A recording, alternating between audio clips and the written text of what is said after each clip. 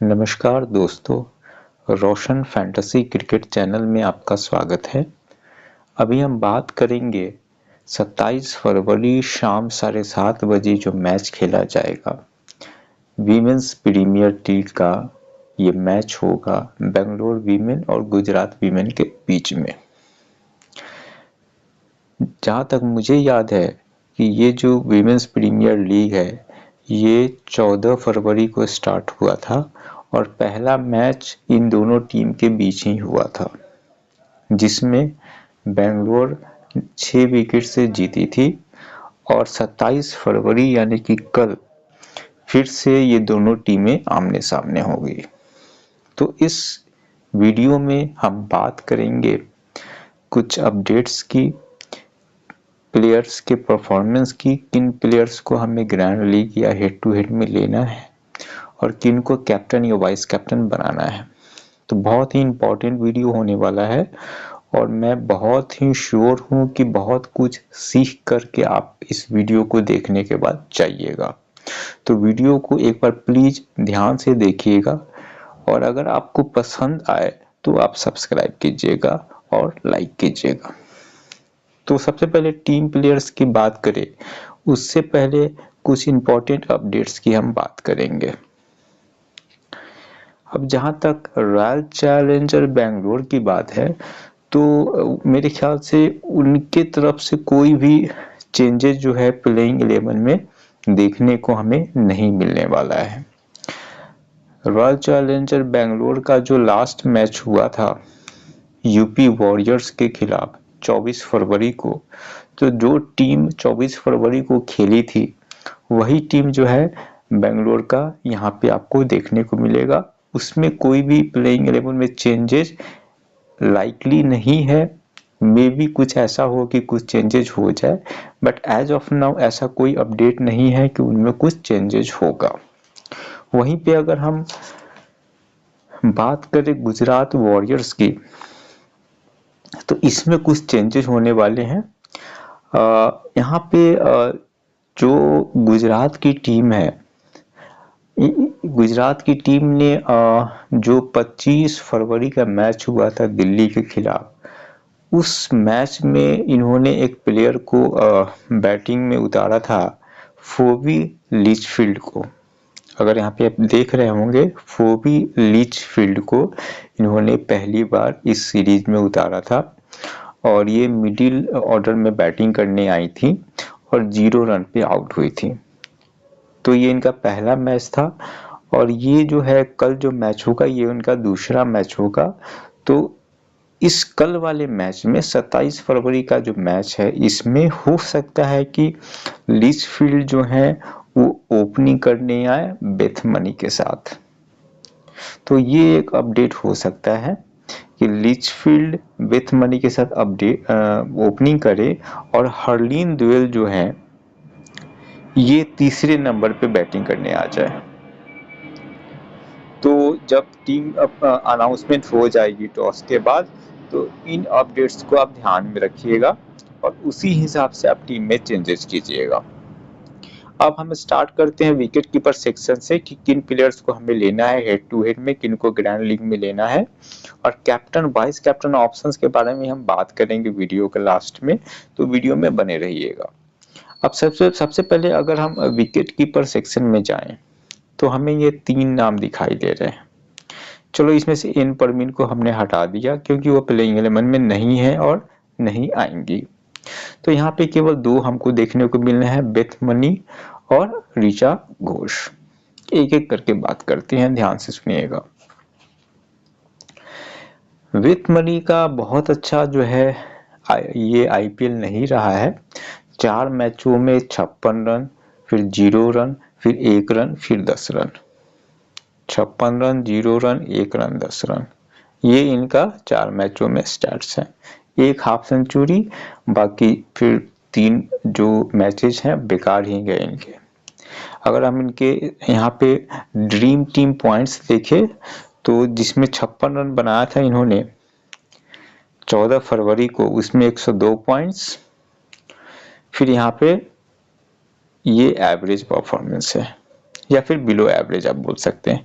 अब यहाँ पे अगर आप देख रहे होंगे तो ये जो 56 रन इन्होंने बनाया था, ये 56 रन भी बेंगलोर के खिलाफ बनाया था, और कल जो 27 फरवरी को मैच होने वाला है ये भी बेंगलोर के खिलाफ होने वाला है।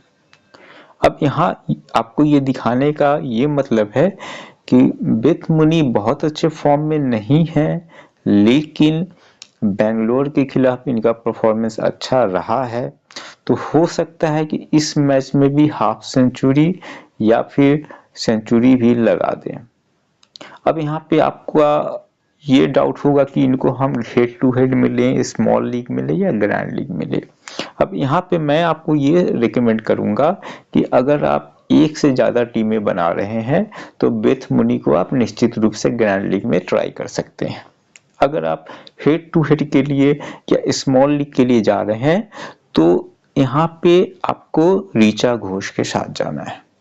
बहुत ही क्लियर कॉन्सेप्ट है, बहुत ज़्यादा दिमाग यहाँ पे नहीं लगाना है। अगर मान के चलो ग्रैंड लीग में 2, 3, 4, 5, 6, 10 टीम बना रहे हो तो ग्रैंड लीग में आप बेथ मुनी को ट्राई कर सकते हो। हेड टू हेड या फिर स्मॉल लीग्स में लिमिटेड नंबर ऑफ टीम बना रहे हो, 1 या 2 टीम बना रहे हो, तो ऋचा घोष को लेकर के चले जाओ।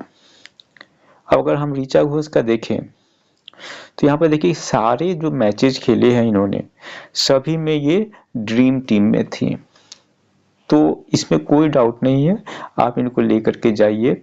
बेंगलोर की तरफ से मेरे ख्याल से तीसरे या चौथे नंबर पे आपको बैटिंग करने के लिए आएंगी, और एक हाफ सेंचुरी लगा चुकी हैं, एक मैच में 28 रन बनाए थे, फिर विकेट कीपिंग से पॉइंट्स मिलते हैं, स्टंपिंग से पॉइंट्स मिलते हैं, तो बहुत ही सेफ पिक है, हेड टू हेड में आप इनको ले सकते हैं। तो यहाँ से हम ऋचा घोष को लेकर के जा रहे हैं। अब हम आते हैं बैटिंग सेक्शन में, एक एक करके बात करेंगे। वीडियो थोड़ी सी लंबी हो जाएगी क्योंकि मैं कोशिश करता हूँ कि हर चीज आपको समझाऊं, जिससे कि जब आप टीम बनाए तो आपका कॉन्सेप्ट जो है क्लियर हो।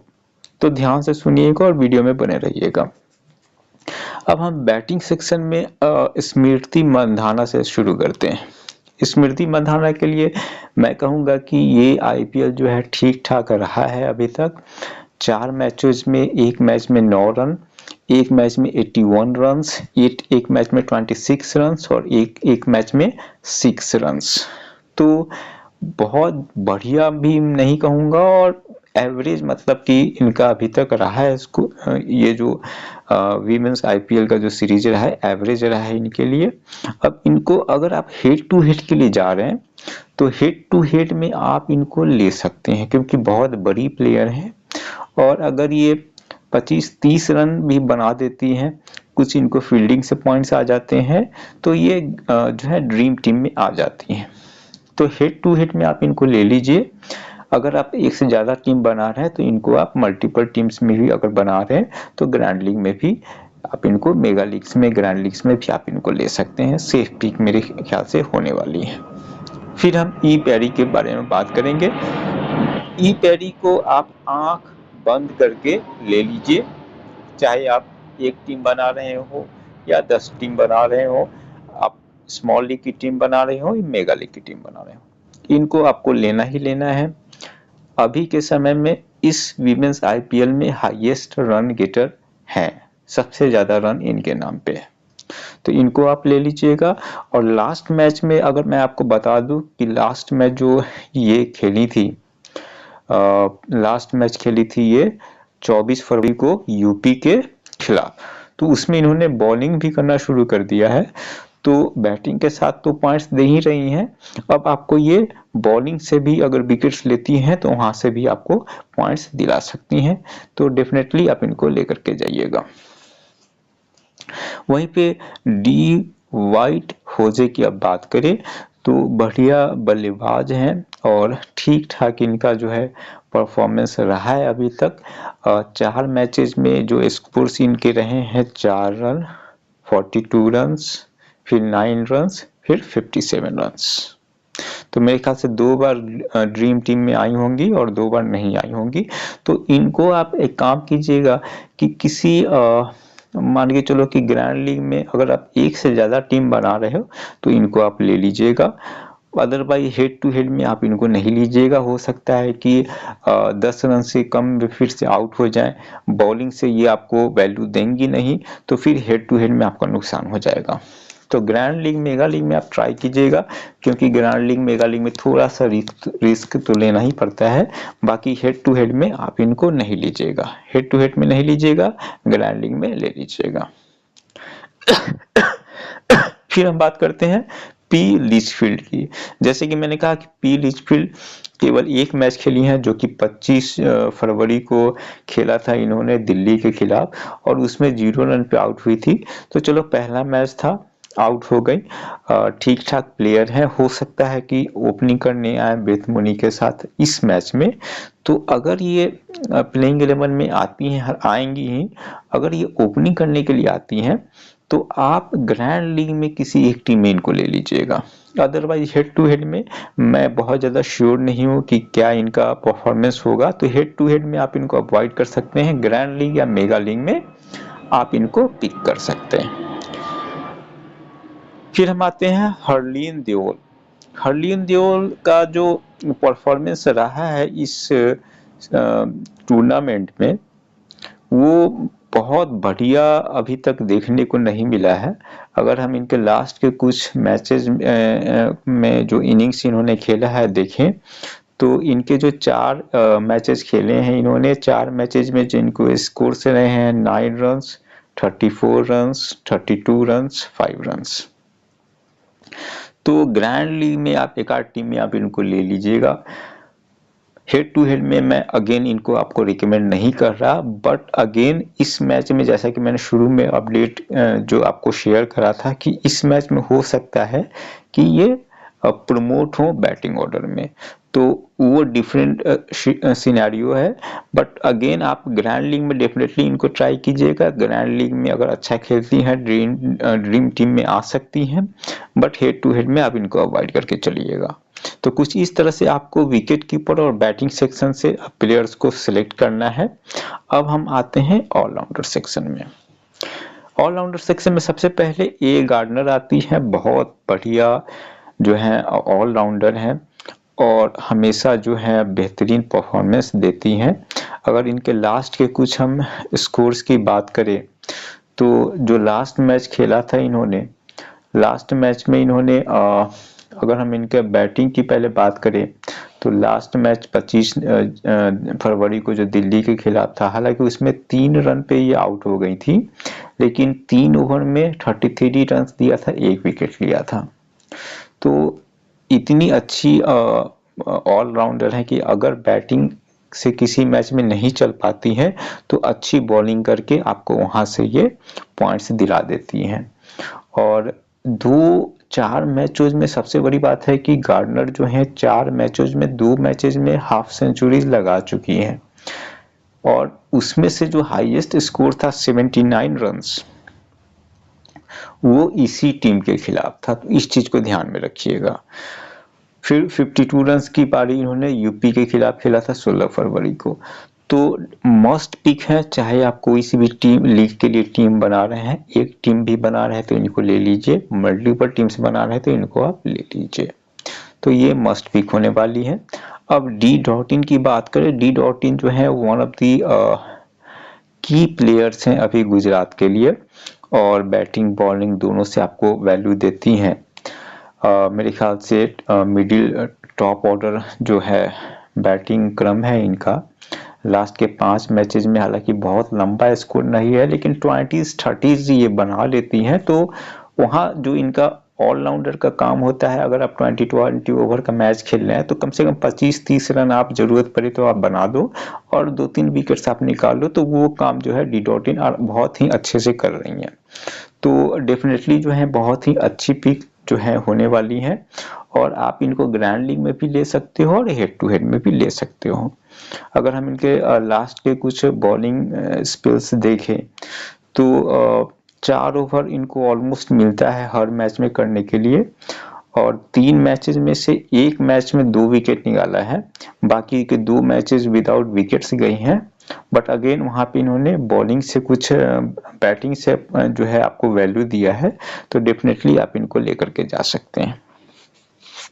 फिर हम जी वेयरहैम की बात करें, जी वेयरहैम का जो बॉलिंग है बहुत अच्छा रहा है। इस बॉलिंग ऑलराउंडर हैं। अगर हम इनके बॉलिंग स्पेल्स की बात करें तो लास्ट मैच में हालांकि 4 ओवर में 40 रन्स दिए थे, विकेट नहीं मिला था, बट उससे पहले 3 विकेट, और उससे पहले 1 विकेट। तो आप इनको डेफिनेटली जो है आप ले सकते हैं हेड टू हेड में, और ग्रैंड लीग में भी ले सकते हैं और लेकर के जा सकते हैं। तो ये 3 जो ऑलराउंडर्स हैं, ए गार्नर, डी डॉटिन और जी वेयरहैम, ये जो है हेड टू हेड में भी सूटेबल हैं और ग्रैंड लीग्स में भी सूटेबल हैं।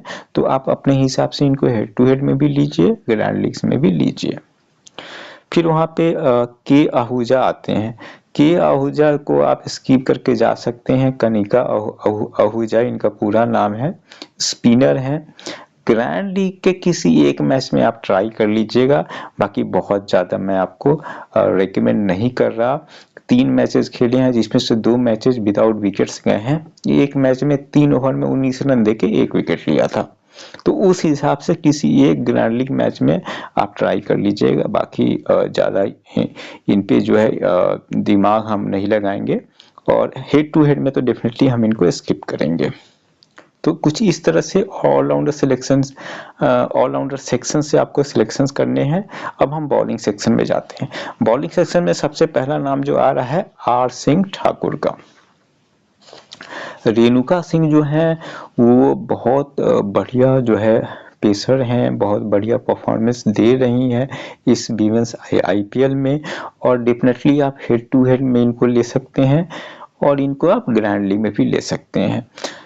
सबसे बड़ी बात है कि 4 मैचेस जो खेला है इन्होंने, तो एक मैच जो 21 फरवरी का था मुंबई के खिलाफ, उसमें इनको विकेट नहीं मिला। बाकी के 3 मैचेस में इन्होंने 2 विकेट, 3 विकेट, 2 विकेट, इस तरह से इन्होंने विकेट लिया है। पहला जो मैच हुआ था आरसीबी के खिलाफ, उसमें इन्होंने जो है पहला जो मैच खेला था 14 फरवरी को इसी टीम के खिलाफ, गुजरात के खिलाफ, तो उसमें भी इन्होंने 2 विकेट्स लिए थे। तो बहुत बढ़िया पिक हैं। आप इनको अगर एक टीम बना रहे हैं तो उसमें भी ले सकते हैं, ग्रैंड लीग में भी ले सकते हैं। ग्रैंड लीग में आप कैप्टन या वाइस कैप्टन भी इनको बना सकते हैं। तो ये एक इम्पॉर्टेंट पिक है। फिर के गर्थ की बात करते हैं। के गर्थ जो है वो भी पेसर हैं, और ये आप हेड टू हेड में इनको भी ट्राई कर सकते हैं। अगेन इन्होंने भी 4 मैचेस में केवल एक मैच जो है वो विकेटलेस था, उसमें विकेट नहीं मिला था। बाकी के 3 मैचेस में हर मैच में 2-2 विकेट लिया है इन्होंने, यानी कि 4 मैचेस में 6 विकेट्स ये ले चुके हैं। तो डेफिनेटली आप इनको हेड टू हेड में भी ले सकते हैं, ग्रैंड लीग में भी ले सकते हैं। फिर हम आते हैं एकता बिष्ट का बहुत अच्छा जो है, मैं हेड टू हेड में इनको नहीं मान के चल रहा, क्योंकि 1-2 मैच इन्होंने फेल किया है। बाकी ग्रैंड लीग के किसी मैच में आप इनको ट्राई कर सकते हैं, हेड टू हेड में आप इनको स्किप कर सकते हैं। फिर हम आते हैं प्रिया मिश्रा। प्रिया मिश्रा जो है वो one of the best spinners हैं गुजरात की, और आप अगर इनको ग्रैंड लीग के लिए लेना चाह रहे हैं तो डेफिनेटली आप इनको लेकर के जा सकते हैं। हेड टू हेड में आप इनको स्किप कर दीजिएगा, बट ग्रैंड लीग में हाँ इनको आप लेकर के जा सकते हैं। अगर मान के चलो कि गुजरात सेकंड डाउन बॉलिंग करने आती है और ग्रैंड लीग की टीम्स आप बना रहे हैं, मल्टीपल टीम्स बना रहे हैं, तो किसी टीम में प्रिया मिश्रा को आप कैप्टन वाइस कैप्टन भी बना सकते हैं। फिर हम आते हैं के गौतम जो है इस जो 2 टीमों का मैच होने वाला है, तो इसमें 2 जो मोस्ट इम्पॉर्टेंट प्लेयर्स आप मेरे से पूछेंगे तो उसमें बेंगलोर की ई पैडी है, तो वहीं पे गुजरात का मुझे लग रहा है कि के गौतम है। तो के गौतम मस्ट पिक है, चाहे आप हेड टू हेड के लिए लें या फिर आप ग्रैंड लीग के लिए ले, तो डेफिनेटली आप इनको ट्राई कीजिएगा।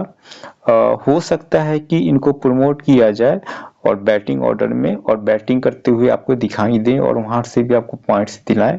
बाकी बॉलिंग तो ये ऑलरेडी अच्छा कर ही रहे हैं, और 4 मैचेज में से एक मैच विदाउट विकेट गए हैं, बाकी के 3 मैचेज में 2 विकेट 2 विकेट 1 विकेट। तो आप इनको हेड टू हेड में ले सकते हैं और ग्रैंड लीग के मैचेज में भी ले सकते हैं। फिर हम बात करते हैं टी कन्वर। टी कन्वर को आप स्किप करके जा सकते हैं। तनुजा कन्वर 2 मैचेस खेले हैं। एक मैच में 3 ओवर में 25 रन देके 1 विकेट और एक मैच में 2 ओवर में 13 रन देके 1 विकेट। तो अगेन वही बात है कि मल्टीपल टीम्स आप बना रहे हैं तो किसी टीम में आप ले लीजिएगा, बाकी हेड टू हेड में आप इनको स्किप कर दीजिएगा।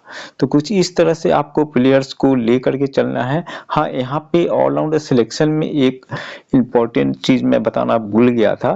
जो लास्ट मैच हुआ था बेंगलोर का, उसमें ये जो आपको इस राना आपको दिखाई दे रही हैं, ये उसमें खेला था इन्होंने और अच्छा बॉलिंग करा था। इन्होंने उस मैच में 3 ओवर बॉलिंग करके 27 रन दिए थे और 3 विकेट लिया था।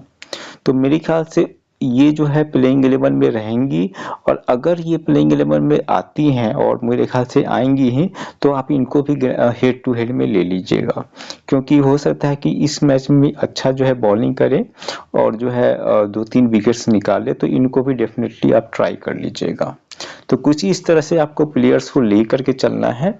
बाकी फाइनल जो प्लेइंग 11 अनाउंस हो जाती है तो उसमें अपने हिसाब से 1-2 चेंजेस आप कर सकते हैं। अगर हम कैप्टन वाइस कैप्टन ऑप्शंस की बात करें तो यहाँ पे जो सेफ ऑप्शंस है कैप्टन वाइस कैप्टन की, उसमें ई पेवरी है, स्मृति मंधाना है, ए गार्डनर है, डी डॉटिन को भी बना सकते हैं, मल्टीपल टीम्स बना रहे हैं। तो अगर हम बॉलिंग सेक्शन में जाएं तो बॉलिंग सेक्शन में आप के गौतम को और आर सिंह ठाकुर को बना सकते हैं। तो ये वीडियो आपको कैसा लगा आप कमेंट कीजिएगा। चैनल को प्लीज़ सब्सक्राइब कीजिएगा, क्योंकि बहुत सारे मैचेज अभी आने वाले हैं और मैं कोशिश करूंगा कि हर मैच का जो है वीडियो जो है बनाऊं। और अगले वीडियो में फिर आपसे बात करेंगे। Thank you so much, bye bye.